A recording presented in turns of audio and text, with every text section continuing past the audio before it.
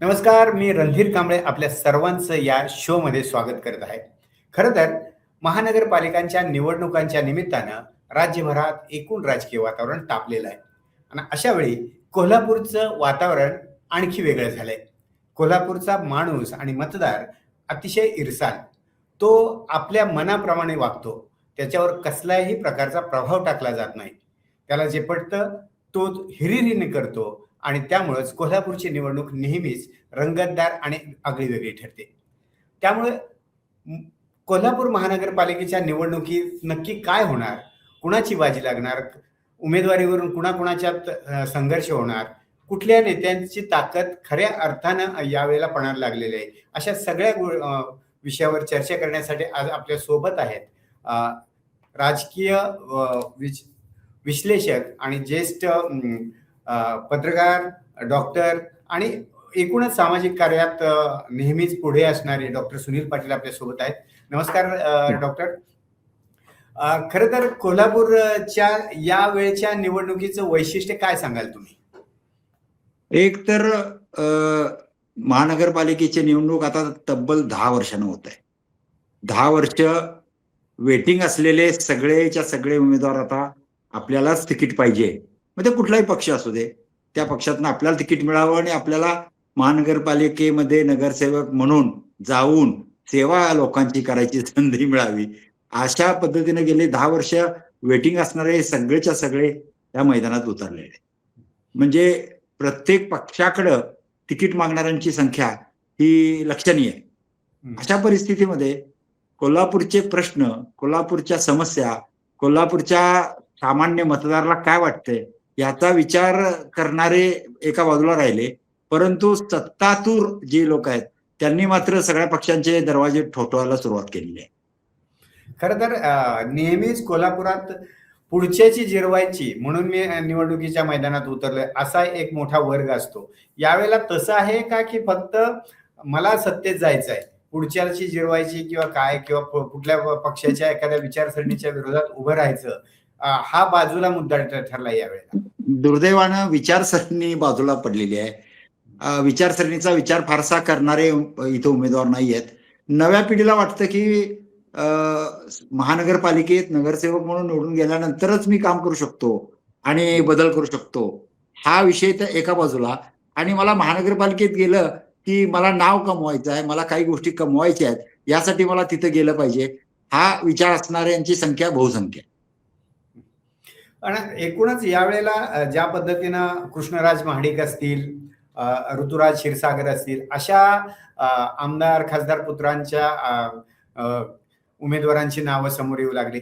यावेळेला काय घराणेशाही मोठ्या प्रमाणात रिफ्लेक्ट होईल या निवडणुकीत? यावेळेला कशाला, हे कायमच आहे. गेल्या अनेक निवडणुकांमध्ये घराणेशाही ही प्रकर्षाने जाणवते. म्हणजे नवरा नगरसेवक, बायको नगरसेवक, मुलगा नगरसेवक, वडील नगरसेवक, आई नगरसेवक, मुलगा नगरसेवक, भाऊ नगरसेवक, असं घराणेशाही गेल्या अनेक निवडणुकांमध्ये. मला तर आठवतंय की मी पहिली 1972ची पहिली निवडणूक मी पाहिलेली आहे. तिथपासूनचे सगळ्या निवडणुकांचा माझ्या गाठीला अनुभव आहे. आणि सुरुवातीचा जो काळ होता तो बाजूला गेलाय. आता फक्त सत्ता आणि पैसा. पण यावेळेला महायुती आणि आघाडी अशा दोन्ही प्रकारे चाललेत. तर काय परिस्थिती आहे महायुतीमध्ये? कारण भाजप सत्तेवर आहे, भाजपचा राज्यभर बोलबाला आहे. एकनाथ शिंदेच्या एकूणच नगरपंचायतीतला स्ट्राईक रेट पाहता त्यांची चर्चा आहे. अशा वेळेला कोल्हापुरात काय परिस्थिती आहे महायुतीची? कोल्हापुरात महायुती डळमळीत झाली आहे. म्हणजे महायुती खरं तर गेल्या काही निवडणुकांमध्ये किंवा विधानसभेच्या वेळेला, लोकसभेच्या वेळेला एकदम स्ट्रॉंग होती, परंतु आता डळमळीत झालेली आहे. शिंदे सेना जी आहे ती आघाडीवरती आहे. शिंदे सेनेला त्यांच्याकडे तिकीट मागणाऱ्यांची संख्या प्रचंड आहे. दुसरं म्हणजे शिंदे सेनेबरोबरती अजित पवार राष्ट्रवादी काँग्रेस आहे. आणि तिसरी म्हणजे भारतीय जनता पार्टी. आता भारतीय जनता पक्षाबरोबर त्यांनी गेल्या काही दिवसात असं ऐकायला मिळते की ज्या राष्ट्रवादी अजित पवार गटाचे मुश्रीफ सर्वेसर्वा आहेत त्यांनीच एक अशा पद्धतीचं निवेदन केलं की आम्हाला इतक्या जागा मिळाल्या तरच आम्ही तुमच्याबरोबर करू, अदरवाईज आम्हाला वेगळा विचार करावा लागेल. हा एकीकडे भाग झाला. त्याचप्रमाणे शिंदे गटाचे सर्वेसर्वा इथले आहेत ते राजेश क्षीरसागर आहेत. त्यांनी स्वतःच्याच मुलाला त्या मैदानात उतरवलेला आहे आणि त्यांनी प्रचाराचा सूर असा सुरू केलाय की याच्या पूर्वीची जी महानगरपालिका होती त्यामध्ये सत्ताधाऱ्यांनी खूप भ्रष्टाचार केला, अनेक चुकीच्या गोष्टी केल्या. पण गंमत अशी आहे की कोल्हापूरचे लोक काय विसरभोळे नाही आहेत. काँग्रेस राष्ट्रवादीच्या आघाडीची सत्ता होती त्यावेळेला त्या आघाडीनं पहिल्यांदा हा महाआघाडीचा प्रयोग केला होता आणि त्यावेळेला एकत्रित शिवसेनेला त्यांनी आपल्या बरोबर घेतलं होतं आणि एकत्रित शिवसेनेचे 4 नगरसेवक त्यांच्या आघाडीमध्ये होते. त्या 4 नगरसेवकांना 5 वर्षामध्ये दरवर्षी त्यांना परिवहनचं सदस्यपद दिलं गेलं होतं. म्हणजे परिवहन सारखी एक मोठा विभाग शिवसेनेकडे त्यावेळेला होता आणि त्यावेळेला 4 वर्ष त्यांनी तो भोगला आणि ते सत्तेत नव्हते असं कसं म्हणतात? ते सत्तेतच होते ना एका अर्थानं. तर अशा पद्धतीनं ही सगळी चाललेली आहे आणि महाविकास आघाडीमध्ये सुद्धा मोठा गोंधळ निर्माण झालेला आहे. तो अशा पद्धतीनं की महाविकास आघाडीमध्ये आपला समाविष्ट करायचं असं साधारणपणे चर्चा होती आणि ज्यावेळेला लोकसभा निवडणूक झाली त्यानंतर विधानसभा झाली त्यावेळेला आप मनापासून महाविकास आघाडीला साथ दिली. त्यांनी प्रचारामध्ये भाग घेतला, चिन्ह सगळीकडे पोहोचवण्यामध्ये त्यांनी मोठा सहभाग घेतला होता. परंतु आता ऐन निवडणुकीच्या तोंडावर त्यांना झुलवत ठेवलं आणि त्यांना तोंडाला पानं पुसली असं त्यांचं मत झालेलं आहे. कारण त्यांना एकही जागा मिळालेली नाही म्हणून त्यांनी स्वबळाचा नारा पुकारलेला आहे आणि ते स्वतःच्या बळावरती निवडणुका लढवायला तयार झालेत किंवा ते तिसरी आघाडी ज्या वेळेला इथं गेल्या 2 दिवसात चर्चा आहे की तिसरी आघाडी पण होऊ शकते. म्हणजे आप आहे त्याच्यानंतर जनसुराज्य पक्ष सुद्धा त्याच्यामध्ये समाविष्ट होण्यासारखी चर्चा सुरू झालेली आहे कालपासून. खरं तर कोल्हापूर म्हटलं की राजघराण्याचा महत्वाचा रोल येतो निवडणुकीच्या राजकारणात शहरामध्ये. यावेळेला काय परिस्थिती आहे? कारण मागच्या वेळेला ज्या वेळेला सतीश पाटील एकदम उमेदवारीचा अर्ज भरत असताना प्रचंड चिडले होते विधानसभेला आणि त्यानंतर बऱ्याच चर्चा सुरू झाल्या होत्या की दोघांच्यात पटत नाही, पुन्हा त्यांनी मिटवून घेतलं अशी पण बातम्या आल्या समोर. पण आता काय परिस्थिती आहे महानगरपालिकेमध्ये? राजघराणे, सतीश पाटील आणि काँग्रेसमधले अतिशय महत्वाचे जे लोक आहेत ते एकत्र एकजीवानं खऱ्या अर्थानं काम करताना दिसत आहेत का? तो विधानसभेच्या निवडणुकीच्या वेळेला उमेदवारी अर्ज मागे घेण्याचा प्रसंग आता इतिहासात जमा झालाय. परंतु आता कोल्हापूर शहराचे जे खासदार आहेत ते शाहू महाराज आहेत. त्यांचे चिरंजीव जे पूर्वी काही वर्ष एक टर्म आमदार होते ते मालोजीराजे छत्रपती हे काही दिवस या निवडणुकीच्या धामधुमीपासून लांब होते. ते परदेशात होते असं ऐकायला मिळतं आणि ते परदेशातून आल्या त्यांनी पत्रकार बैठक घेऊन त्यांनी पत्रकारांना सांगितलं की मी काँग्रेस बरोबर आहे आणि मी काँग्रेसच्या उमेदवारांचा प्रचार करेन. यापूर्वीच्या महानगरपालिकेमध्ये मालोजीराजेंचा एक गट होता. जरी तो काँग्रेस अंतर्गत असला तरी मालोजीराजांना मानणारे काही नगरसेवक होते आणि त्या पद्धतीनं मालोजीराजांनी त्यावेळेचा कारभार केला होता. आता सुद्धा त्या पद्धतीनं मालोजीराजांना मानणाऱ्या काही लोकांना जर काँग्रेसच्या मुख्य प्रवाहामध्ये तिकीट मिळाली तर त्यांचा तो गट परत जिवंत होण्याची शक्यता आहे. यावेळेला सतीश पाटील जास्त आक्रमक दिसत आहेत. एकदम त्यांनी कॅम्पेनची पण सुरुवात केलेली दिसते. कोल्हापूरकरांना सांगितलं की तुमचा विकास तुम्ही म्हणसाल तसा, अशा प्रकारचं त्यांनी स्लोगन आणलं. तर त्या आघाडीचा कितपत फायदा होईल? या कॅम्पेन सुरू करण्यात आघाडी घेतली काँग्रेसनं. त्या आघाडीचा फायदा होईलच निश्चितपणे काँग्रेसला. परंतु काँग्रेसनं चर्चा अशी आहे शहरामध्ये की आपला तुम्ही बाजूला केलं, राष्ट्रवादी शरद पवार गटाला तुम्ही बाजूला केलं. त्यांचीही काल पत्रकार बैठक झाली. त्याचेही अध्यक्ष विबी पाटील आहेत ते भयंकर संतापलेले आहेत. त्यांना विचारातच घेतलं नाही आणि त्यांना किमान 14 जागा द्यायचं असं चर्चा होती असं ते म्हणतात. परंतु तोंडाला त्यांना पानं पुसलेली आहेत आणि ते आता स्वतंत्र लढायचं किंवा तिसरी आघाडी करायची आणि त्यातनं लढायचं अशा विचारात आहेत. पण त्यामुळं वस्तुतः जी आघाडी लोकसभेला होती, विधानसभेला होती ती पूर्णपणे विस्कळीत झालेली आहे. पण खऱ्या अर्थानं राष्ट्रवादी काँग्रेस पार्टी, शरद पवार पक्षाची, त्यांचा किती जागावर प्रभाव आहे कोल्हापूर महानगरपालिकांमध्ये? त्यांचा काही जागावरती निश्चित त्याचे काही पॉकेट्स आहेत आणि विशेषतः आर के पवार जे शहराचे अध्यक्ष आहेत जे अनेक वर्ष राष्ट्रवादी काँग्रेसच्या स्थापनेपासून ते अध्यक्ष आहेत आणि राष्ट्रवादी काँग्रेसचं कोल्हापुरातलं सगळं जे कार्यकर्त्यांचं मोहोळ आहे ते त्यांनी जमा केलेलं आहे. आणि व्ही.पी. पाटील सुद्धा एक समर्थ नेतृत्व आहे. त्यामुळं त्यांना काही पॉकेट्समध्ये, आता विशेषतः महानगरपालिकेमध्ये पूर्वी एकच नगरसेवक निवडून यायचा प्रत्येक वार्डामधून, आता 4-4 झालेले आहेत.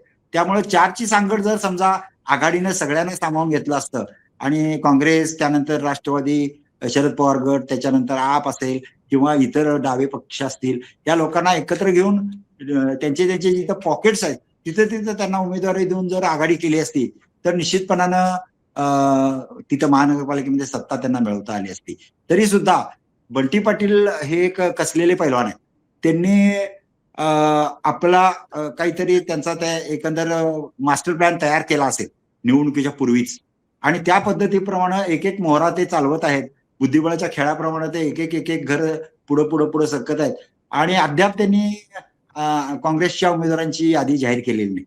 ते त्याच्यामध्ये बंडखोरी होऊ नये अशा पद्धतीनं किंवा काही त्याच्यामध्ये अघटित घडू नये म्हणून त्यांनी अद्याप ते डिक्लेअर केलेलं नाही.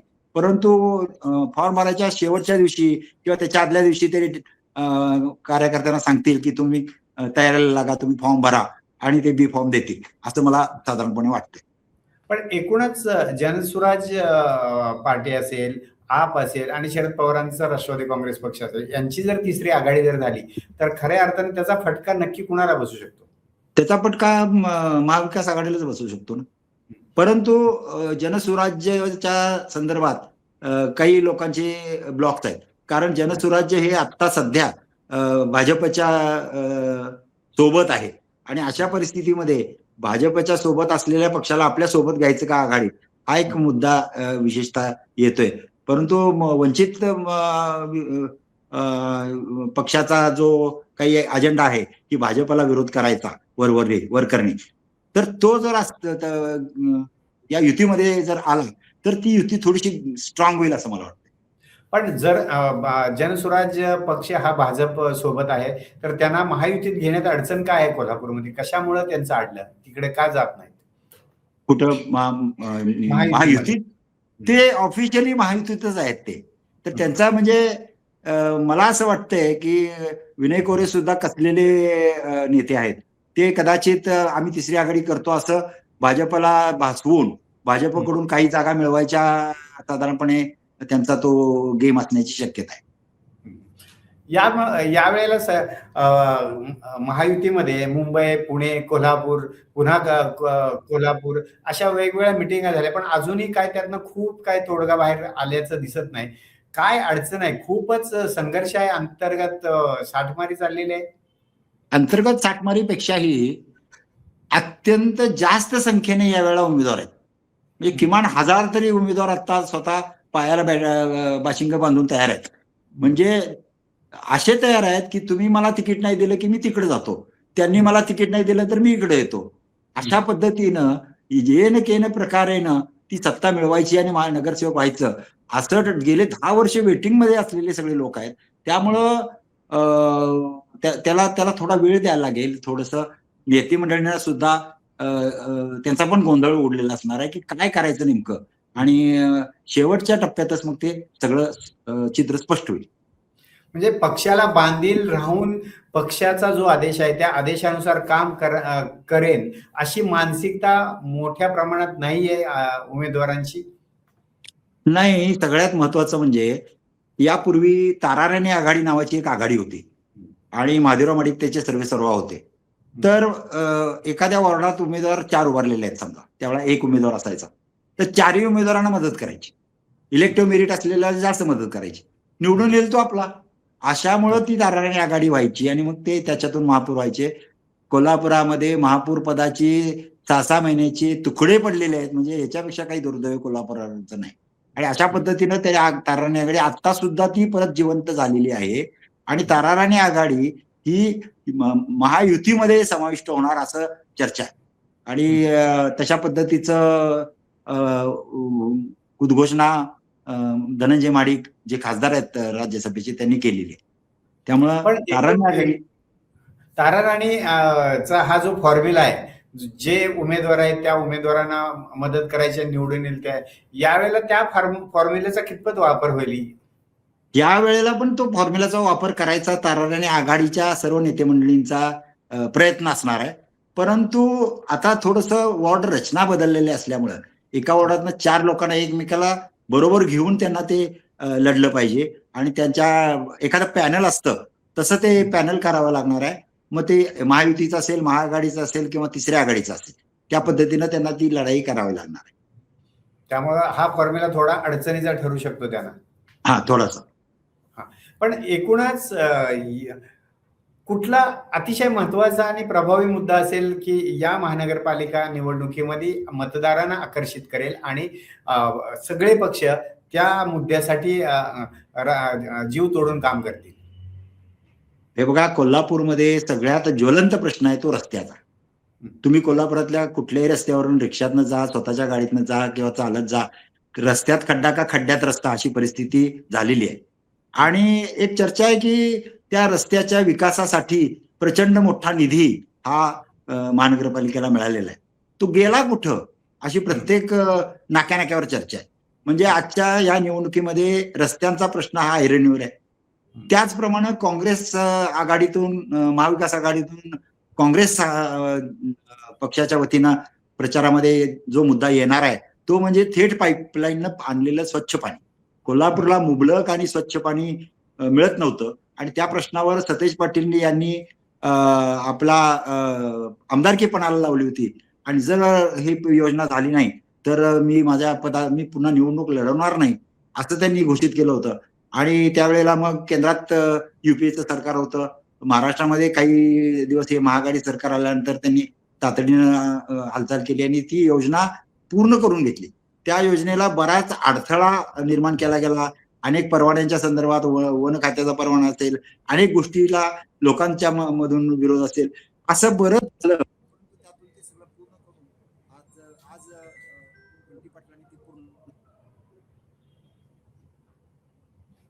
थेट पाणी कोल्हापूरला मी आणलं आणि आमच्या पक्षानं आणलं, आमची आमदारकी पणाला लावून आणलं, यावरती त्यांचा तो प्रचाराचा मोठा जोर असेल. परंतु दुर्दैवानं काँग्रेसच्या महाविकास आघाडीतल्या मोठ्या गटातून अनेक मोठमोठे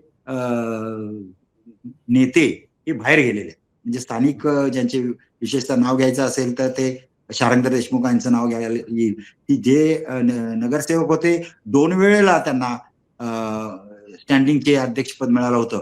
अशा व्यक्तीनं काँग्रेस सोडून शिवसेनेत जाणं हे कोल्हापूरकरांना तसं बघितलं तर ते रुचलंय कितपत मला माहित नाही. ते निवडणुकीच्या निकालातून कळेल आपल्याला. परंतु त्या गोष्टीचा सुद्धा प्रभाव आणि त्याचा परिणाम हा काँग्रेस आघाडीवर होणार आहे. यात आपण जर असं या तिन्ही आघाड्यांचा विचार जर केला, कारण महाविकास आघाडी झालेली नाही, ती तिसरी आघाडी जी आहे ती आज उद्या कदाचित होण्याची शक्यता आहे. म्हणजे जवळजवळ झाल्यात जमाय. तर मग प्रत्येकाचं काय वैशिष्ट्य सांगायला, काय ताकद आहे प्रत्येकाची? म्हणजे महाविकास आघाडीचं काय कोल्हापूरच्या महानगरपालिकेच्या निवडणुकीत महत्वाची ताकद असेल आणि महायुतीची काय ताकद असेल? नक्की कुणाची काय ताकद असेल? एक एक ह्याच्यात काय म्हणता येईल? महाविकास आघाडी ही अर्थातच सत्तेत, यापूर्वी काँग्रेस आणि राष्ट्रवादी यापूर्वी सत्तेत, एकत्रित राष्ट्रवादी सत्तेत होती. त्यांनी अनेक कामं केलेली आहेत, विधायक कामं केलेली आहेत. त्यांच्याकडं सांगण्यासारखं बरंच आहे. परंतु लोकांची मेमरी शॉर्ट मेमरी असते. आता सध्या जो विषय पुढे आलेला आहे तो महाविकास आघाडीला विरोध करायचा म्हणून महाविकास आघाडीनं जी थेट पाईपलाईन आणली त्याच्यातच भ्रष्टाचार केला, आता एक जावई शोध लावलेला आहे. त्यामुळं तो एक विषय लोकांच्या चर्चेत आलेला आहे आणि थेट पाईपलाईनचा विषय एक प्राधान्यानं या निवडणुकीचा विषय ठरणार आहे. त्याचप्रमाणे रस्त्यांचा विषय हा ठरणार आहे आणि विकास विकास विकास म्हणजे नेमकं काय? महानगरपालिकेचं जे काम आहे, गेले आता पूर्ण 5 वर्ष इथे प्रशासकीय कारकीर्द होते. त्यामुळे प्रशासकीय कारकिर्दीमध्ये सगळा आनंद होता.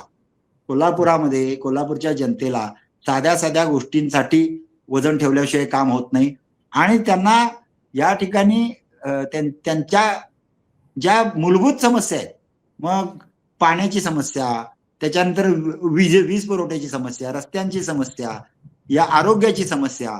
कोल्हापुरामध्ये आरोग्याची एवढी हेळसांड आहे की कॉर्पोरेट हॉस्पिटल्स हे गब्बर व्हायला लागले. एक काळ असा होता की महानगरपालिकेचं रुग्णालय हेच सगळ्यांचा आधार होतं.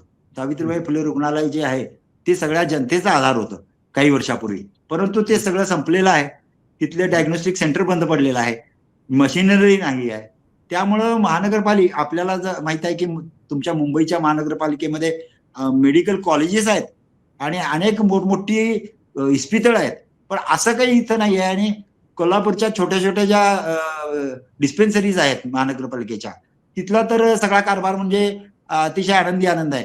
आयसोलेशन नावाचं एक हॉस्पिटल आहे जे म्हणजे साथीच्या आजारांच्यासाठी केलेला आहे, म्हणजे ज्याचा उपयोग कोरोनामध्ये बऱ्यापैकी झाला. तर अशा हॉस्पिटलसाठी, किंवा आता कोरोना होऊन गेला 4 वर्ष झाली, महानगरपालिकेने इनिशिएटिव्ह घेऊन काहीतरी साथीच्या आजारांच्यासाठी काहीतरी सोय असणारी, सर्वसामान्य गोरगरीब जनतेला मदत होईल अशी काही आरोग्य सेवा करावी, अशा दृष्टीनं काही व्यापक निर्णय काही घेतलेले नाहीत. आणि असे निर्णय नव्या महानगरपालिकेत होतील याची आशा कोल्हापूरकरांना नाही. त्यामुळं ही निवडणूक लढवणारे जे उमेदवारी अर्ज मागितलेले उमेदवार असतील, निवडून येणारे उमेदवार असतील, नेते मंडळी असतील, त्यांचे पक्ष, त्यांच्या आघाड्या असतील, सर्वसामान्य माणसाला या निवडणुकीचा उबग आलेला आहे. नक्कीच. खरं तर यावेळेची खरी कसोटी आहे राजकीय पक्षांची, कारण उमेदवार मोठ्या प्रमाणात इच्छुक आहेत.